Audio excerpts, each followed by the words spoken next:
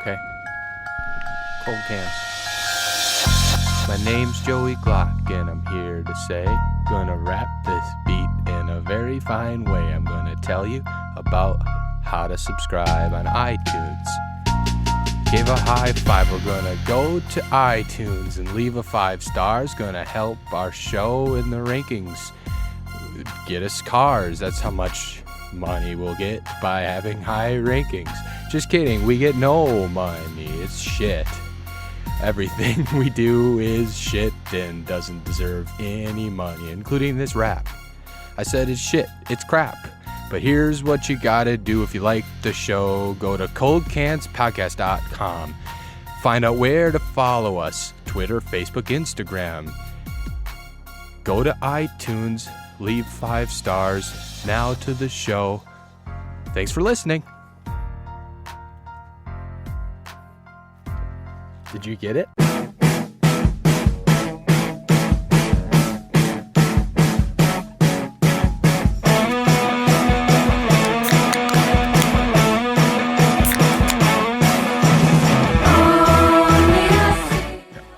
Yep. Oh, a quick fade out on that one. Our engineer had a stroke and pushed the fader way down immediately. Bad job. We should fire him. Brian, cheers, my friend. Cheers, Joe. We're drinking Milwaukee's Best Premium today. Wow, that's not as bad as I thought it would be. The Beast. What is your initial impression? That was not that bad. Really? Yeah. I feel like I'm always the one who says that, and then you go, come on, and then I go, no, it's pretty good. We got the little shtick. Well, We're like Laurel and Hardy. I'm gonna flip the shtick and say that it tastes kind of what I remember. It's the same thing with Blatz. It has that like skunk to it, like that frothy, it tastes like bubbly beer. skunk. Yeah. Like stuff that's been bubbling in the back of some old monk's clay pot for too long in the Piss sun. pot, more like it. He brewed his piss into beer. He had diabetes. There was enough sugar content. It turned into alcohol. It feels like it was scraped off the bottom of some barrel. I guess this is literal bottom of the barrel stuff. I think in our first episode we said the Miller Lite tasted like if you wrung an old bar dish rag. We've had some pushback on that comparison, by the way. What? Many people are saying that's not a good comparison. Many people are saying. Okay, well, fuck those people. It's a great comparison because this is what it tastes like. This tastes like it too. It has like. It's not just skunk. It kind of has that like, it's just low quality beer. That taste of union-made recyclable aluminum. Mm-hmm. Is that the taste you're getting? Well, union-made because a commie like you wouldn't like that, would you? It's Milwaukee's Beast, and it's made in... Wait, communists like unions. That's right. Yeah, so I love what you're saying, comrade.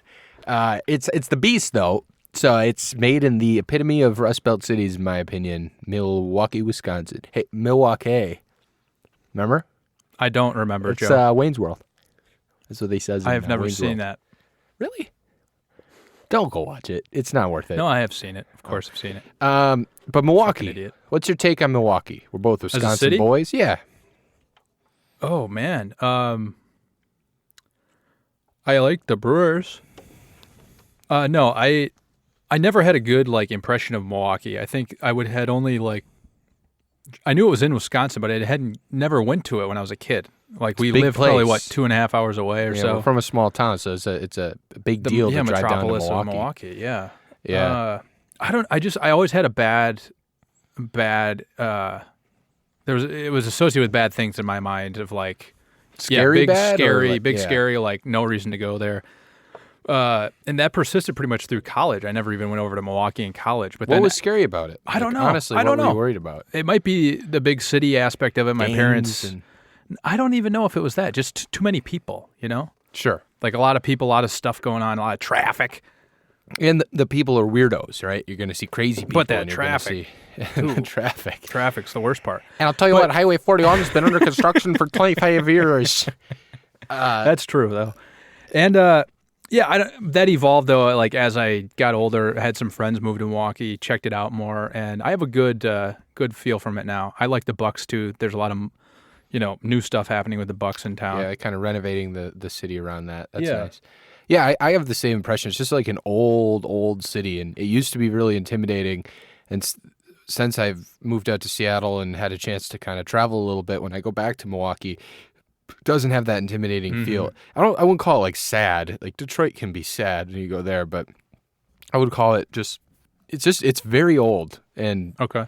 I don't know. It feels like a nice blue collar place. I kind of like that. I mean, Yeah, I don't of really course. like the aspects of Kind of Seattle Pittsburghy. that are like, Yeah, every building looks exactly the same. Absolutely. And is new age and techie in some way. Like, it's just a total glass facade. I'm tired of that.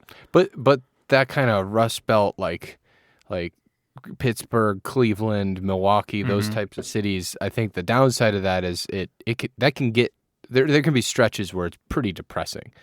Like Sure. there can be a lot of abandonment and just like big industrial buildings and warehouses that just have nothing going on. And I think Milwaukee does have a lot of that, but it also has a lot of like there's areas like by the water, and there's some real. I mean, the It is on the breweries water, that there, helps it. and it's beautiful. Yeah. So it's a nice city. The thing with all those Milwaukee breweries early on was that, like, they have the best water in the country, like Lake Michigan's best water. Yeah. And now the water aspect, I think that was something I never was exposed to about Milwaukee. It was like, it is on the water. Like, that's cool. Yeah. In the summer, it's like bearable because there's so much wind coming off of Lake Michigan that the humidity doesn't cut through you quite as much. Why am I talking about the weather? Because you love talking about the weather. Milwaukee. I don't like the stuff with the rundown buildings and stuff. Like, well, it seems like that's like a cycle. Like, then that cheap real estate will be like scooped up and turned into something better by like entrepreneurial spirits. Like, but part someone's of going to open a. but you can't break that cycle. Like part of the reason not? that exists is because Milwaukee is a very segregated city. Like, Okay. there are poor areas, there are rich areas. I used to live. I took an internship in Milwaukee. I lived in a place called Shorewood, a little suburb there. And if you cross the bridge on Oakland Avenue, like the whole place felt different. It was a lot poorer, and it just like the buildings, the types of businesses that were stood up on that end of that bridge were entirely different. And it's just a fucking arbitrary bridge, but it really did feel like you entered another world. Okay. And I think like for whatever reason, Milwaukee kind of has always been like that, and those areas just don't get any money sunk into them. Like you said, maybe they cycle, and then maybe eventually people scoop those up. They become big. Because it's like artists or whatever, move into the cheap parts of town, and then they kind of start to get some culture in them, and then they slowly become gentrified and improved a little bit. Yeah, It's not always a great thing, but yeah. I don't know. I feel like I'm talking way too much about Milwaukee for what I actually know about. Well, it apparently means we're interested in Milwaukee. You touched. I've looked at Milwaukee. Yeah, I'd live there someday. Sure, it's a fine city. Yeah. I don't know. Like, it's so close to Chicago. I feel like that's also what it struggles from. Like, if you're kind of looking at moving to the Midwest, there's so many opportunities in Chicago. maybe. It's an hour or about 2 hours away or whatever. So it's kind of like the little brother of Chicago, which I always hate to admit because, like you, I'm a Bucks fan and a Brewers fan. I'm wearing my Bucks hat right now. And, they're our big rivals. Should we do a little sports corner? Talk Milwaukee Let's sports? talk Milwaukee sports. Fear the beer in this case. Hey, you son of a bitch. The Bucks and Brewers are plagued, I think, by because they've never been successful and dynamic. The Bucks in the 70s and in the early 2000s before David Stern screwed them out of a championship. David Stern. What did I say? Stearns? We said Stearns. It was David Stern. Brewers GM. I think I meant. Hey, Joe. Oh wait, Jesus! Why try and What am try I to be thinking not of? such an idiot? What am I thinking of? The old NBA commissioner? Yeah, David not Stern. Adam Silver. Oh, David Stern. yeah, Stern. I think I stuttered though. I meant to say Stern screwed, and I said Stern screwed. Gotcha. I don't know what I did. We'll Anyway, just chalk it up to you were wrong. Please continue. that's impossible. The Bucks have had a little bit of success, but are pretty much a forgotten. They got to be. If you took a recollection test out of all NBA franchises of just any average NBA fan, the Bucks would probably be the last one they would recall, I would guess. Maybe now they're a little bit in the limelight. They have a nice young team with some exciting people. But 5 years ago, in the Ersan Ilyasova heydays, mama. Yeah. And the Joe Brewers have Alexander. never been good. Joe Big Alexander. franchise savior, Joe Alexander. Yeah, well, and I feel like the NBA League Pass or whatever, where you can watch games anywhere, that's certainly helped the Bucks. Yeah. Because that helps teams that have like exciting players, but no one lives there who watches them. Tiny market. Yeah, tiny market. The Bucks, I mean, the big three they had in 1999 or whatever with Ray Allen, Sam Cassell, and Glenn Big Dog. Big Dog. Yeah, they got screwed out of a championship because they wanted to see Allen Iverson go to the face the Lakers. Yeah, thanks a lot, David Stearns. They had the worst jerseys in the league. Oh yeah, at a certain point. The Christmas Bucks. Ooh, that was a redesign. Color. Yeah, after the purple. Yeah. My God, what a mistake. And then the new ownership came in and actually put thought into the new look. Or just hired a good design firm. Well, right. Yeah. Money, I guess. They put money into it. And now you which get is better than thought. Remember that, Mom and Dad. Yeah. On my next birthday, please remember. I don't want those T's and P's. I just want those C's and or some other you got it slang for money. G's and C's. There Thank you, Joe. Yep, no problem. Another Milwaukee team with an awesome fucking jersey combination that they've moved to is those classic Milwaukee Brewers jerseys. Those are nice. Yeah, and the MB logo with the old glove, ball and glove. Yeah. So I don't know. It's even that feels like Milwaukee's kind of turning this corner where it's not this forgotten city with the damn Christmas logos and Ursan Ilyasova and or the Brewers are churning along and you don't even know what industry is there. Like it does feel like Milwaukee's kind of this. I don't know. It's not so bad. People shouldn't forget about Milwaukee. But this beer is so bad. How far away? We're drinking a 16 ouncer of this. Yeah, I'm probably halfway through. Yeah, me too. A little bit of history with this beer. Established in 1895 as Gettleman's Milwaukee's Best Beer, Miller Brewing Company shortened the brand name to Milwaukee's Best when they took over the brewery in 1961. I don't see a clear reason why it's called Milwaukee's Best, though. Is that just branding, or do they have any basis for it? Like, it's won some awards, I guess, but it's just kind of a forgotten beer. Yeah. Although the best fan. Yeah. I don't know. There's no reason. Yeah. Well, it's the official I'm beer the best sponsor. Host of Cold Cans. You sure are. I'm the best podcast. You're just propelling us forward here. It's the beer sponsor of the World Series of Poker. That I think I knew for some reason. It also doesn't it feel like this is one of those beers that some marketing team will come and say, "Hey, this is popular now." Just like PBR. PBR was kind of like folding as a company. Yeah. It was just shit, and then somebody bought it and was like, "No, this is nostalgic. Pour this into your nostalgia hole." Yeah. It feels like this is ripe for that. It kind of currently has like a modern logo, the like star blast look behind the like silver blast part. Yeah, and then this big bold blue strip. It's supposed to look modern, but if I'm Milwaukee's Best, I'm purely tapping into nostalgia. You're not going to attract new people with like a modern redesign. How much did this cost, by the way? 6er of 16 ounces. $5.50. Oh, mama. Yeah, so that's part of it. So there's very good value with Milwaukee's Best. Very good value. Milwaukee's Best value premium. And I think this is one of those beers that is kind of known for its ice variety. Milwaukee's Best Ice. Yeah. Like Bud Ice. It's one of those like bang for your buck beers, I feel like. This is not sitting well with me. It's making me sleepy. I sense that from across the table. You basically I have can't do it. Let's do a parable or terrible. All right.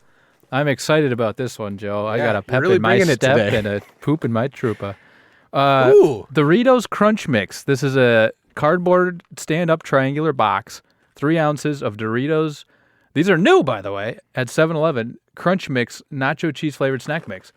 It includes a multi-crunch nacho cheese mix, which is a crunch nut, A lot of crunch in here. a pretzel I'm bite, sensing. a puff, a 3D triangle, and a corn stick. Okay. What makes this different from like what do they call it? Like Munchables or Munchies or something? Where they mix Doritos with pretzels and stuff.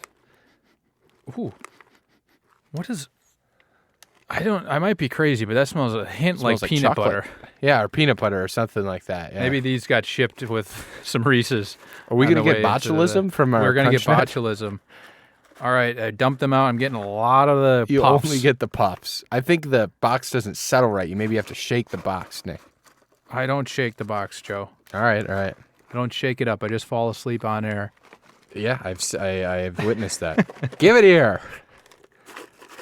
Are you saying you carry cold cans? It smells pretty good. No, just... Is that what you're saying? Is that what people are saying? No, just this episode where you That's what I've literally been saying. nearly fell asleep. I'm getting a bunch of the shapes out. Crunch nut, pretzel bite, puff. I'm just going to stick them all in and then take a beast drink.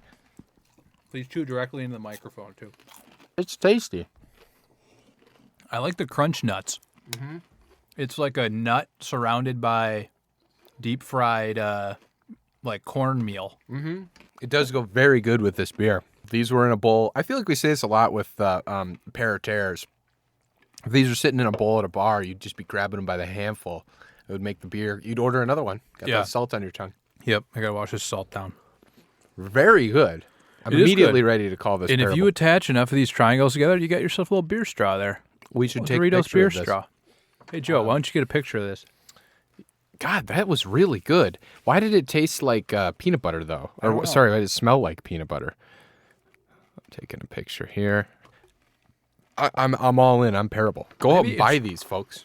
Oh yeah, it does. You Smell get like this. This peanuts, feels though. like a 7-Eleven too. Oh, this is 7-Eleven front of the store, right by cash register purchase. Yeah.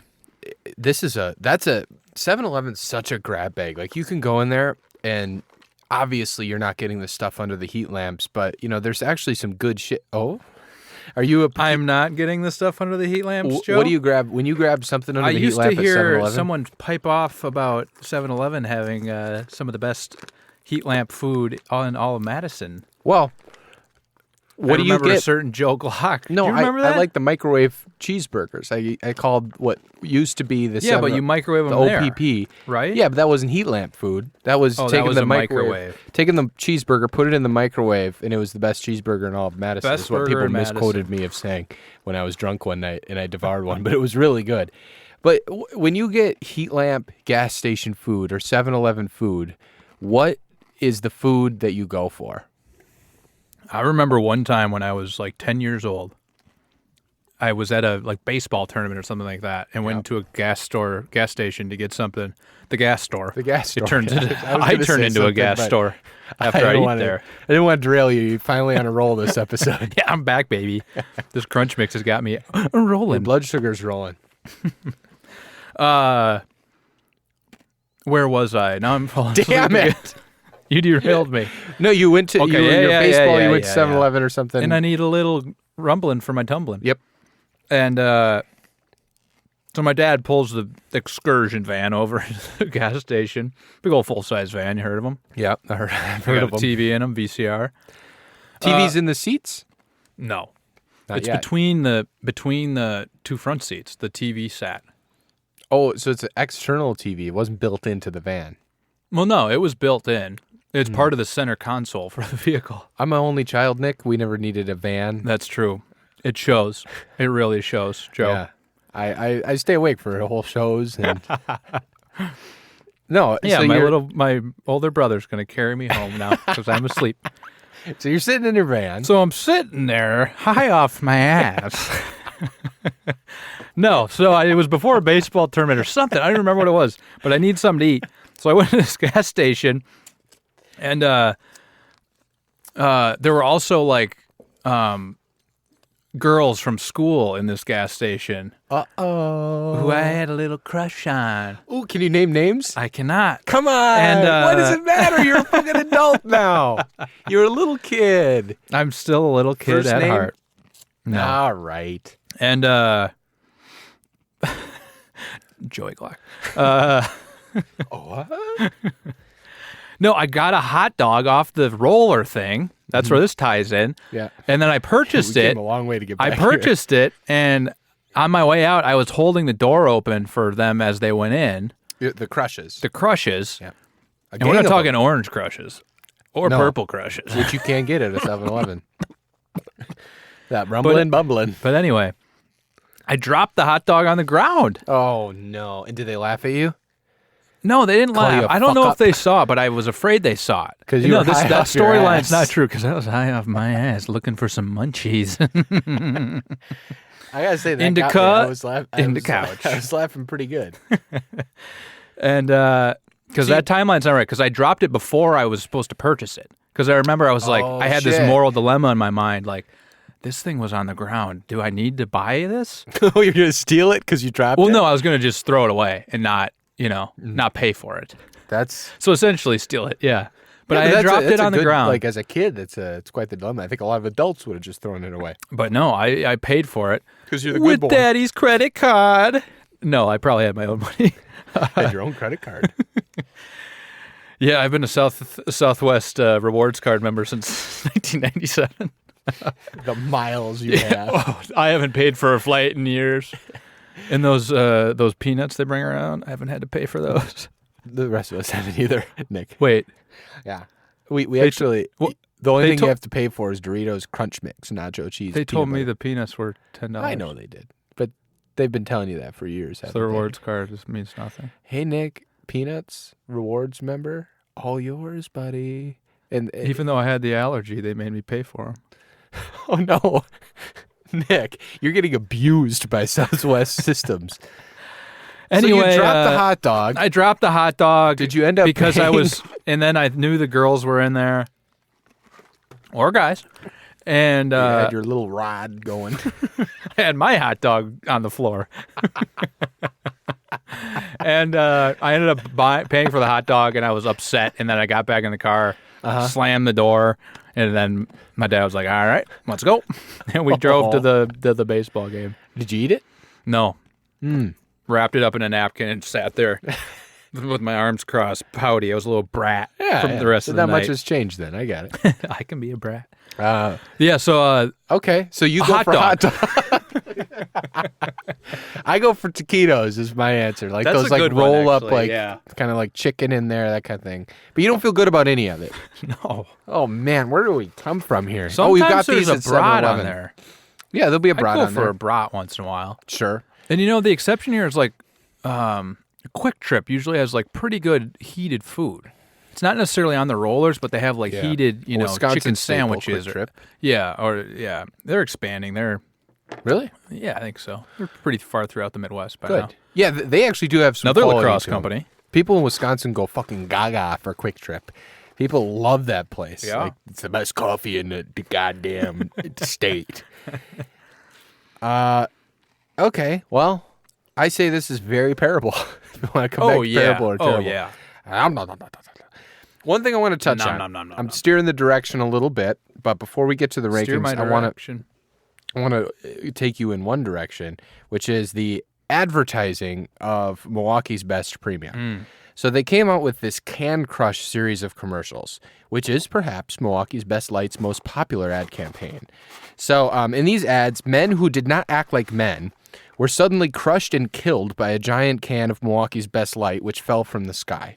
So examples include a man who is scared of a bee, one who abandons his buddies fixing the car in order to coo over a small puppy, a man who soaks up the grease from the slice of pizza before eating it.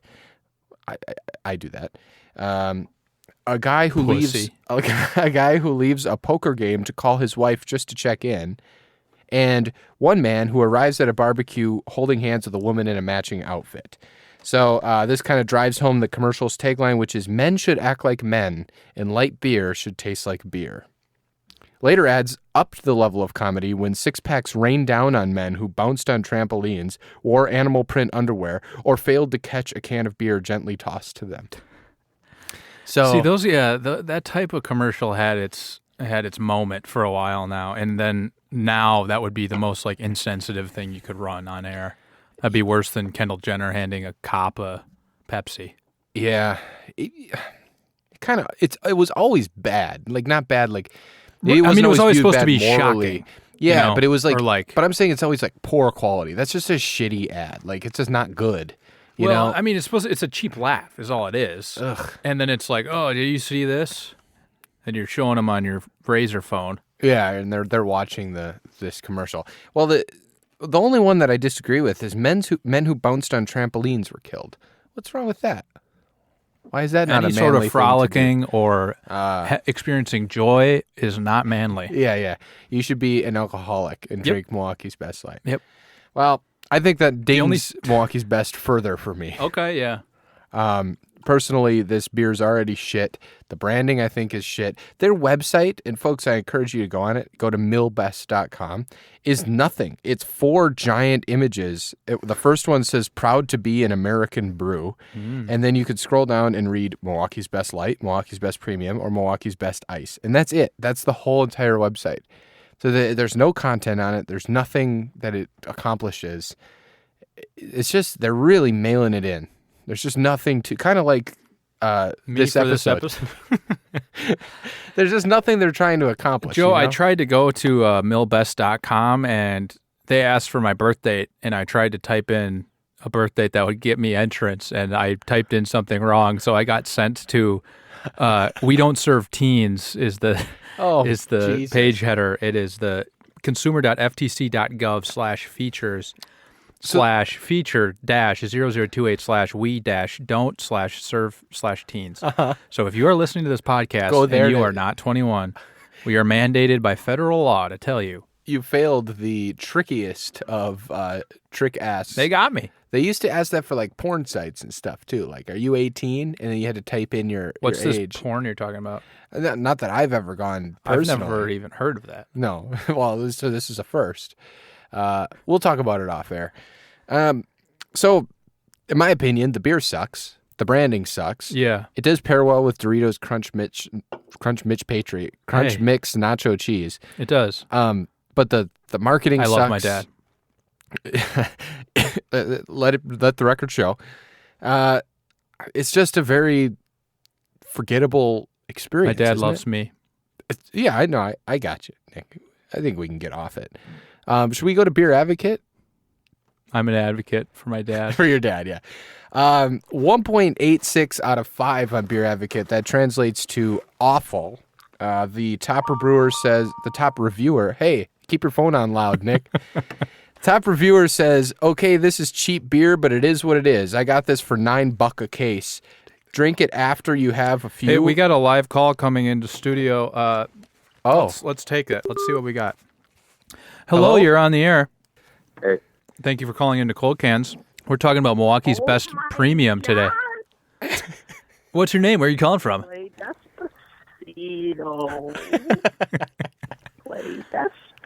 That we heard it the first time. Yeah, we got it. So what's your opinion on Milwaukee's Best Premium or the city of Milwaukee in general? Milwaukee, where is that? What? What's up or where's that? Where is Milwaukee? We seem to have a lost caller. Sir, I'm going to send you to consumer.ftc.gov /we don't serve teens. Thank you. Barky, I'll see you for football in about 15 minutes. Do you have the ball? I do have a ball.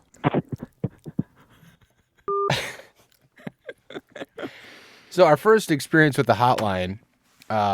Hotlines? I got to say, it worked out. Listeners, call in. Predict when Nick and I are going to record and call one of us on the phone. Nick will make sure his phone's on loud and connected to the mixer, and we'll take it. It worked out great. We should take calls from now on. Yeah, where we can make calls. I was actually thinking about calling some people in Milwaukee on this one. Too bad we didn't. That's a good idea. Maybe we'll cut one in. So Beer cut Advocate one out tomorrow morning. I bet you will. Beer Advocate Different episode, sorry. Doesn't like it. I think we get to the rankings. Let's go to the rankings. I'll read it. Tank to tip. I thought that was my job. Go for it. Should I lay a beat while you read? Lay a beat.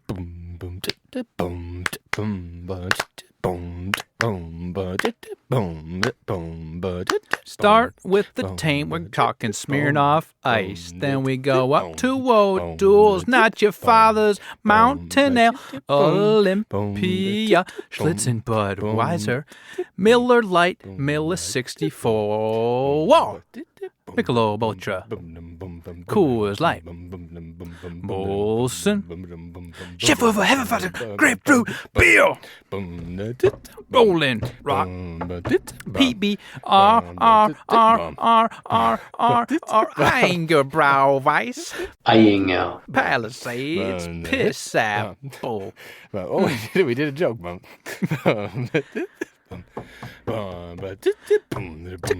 Tecate, more like not Tecate. I don't like to drink it. It's very, very, very bad beer. He told him Heineken. 15 minutes. Flats. Sierra, Nevada, or you might say Nevada, which case you'd be wrong. Torpedo Extra IPA. Okay, Rainier, Crikey IPA, Blue Moon, Hoegaarden, Kona Longboard, Deschutes Swivelhead Red, Old Rasputin, Rodenbach Grand Cru, Elysian Night Owl, Pumpkin Ale, Spotted Cow, Session, Premium Lager. Hand on my heart. Hand on her what? Those are my beers. I love the rankings. Those are the definitive rankings. Oh, yeah, that's the original premise of the show. Yeah. We're creating the, yeah. And in addition to falling asleep at the wheel, you've already admitted to the listeners for weeks straight that you don't care about the initial premise of the show as well. So I will, because I do care about the rankings, stick this, of course, Straight near up the your bottom. ass. I will stick it pretty much straight up the ass of the rankings in that it's going near the bottom. I'm putting this ahead of Olympia, but behind Schlitz. Olympia made you sick. Schlitz, I don't know. We kind of shit on Schlitz for being like very mediocre, but this thing just put no effort forward. Oh, yeah, Schlitz should be higher on the list as it is. That's my one. That's the hill I'm dying on, the Schlitz hill. Oh, I like it. There's some passion. So I put this 26th. I put this behind Very Schlitz passionate and ahead of lover. Olympia. Yeah, I'm good with that. Let's run it. Okay. Well, ladies and gentlemen, thank you for bearing with us on this show. Thank you to Eric Barkhouse for calling in. As always, subscribe, leave us a wonderful review that I'm sure we deserve, and at all costs, avoid Milwaukee's Beast Premium Light.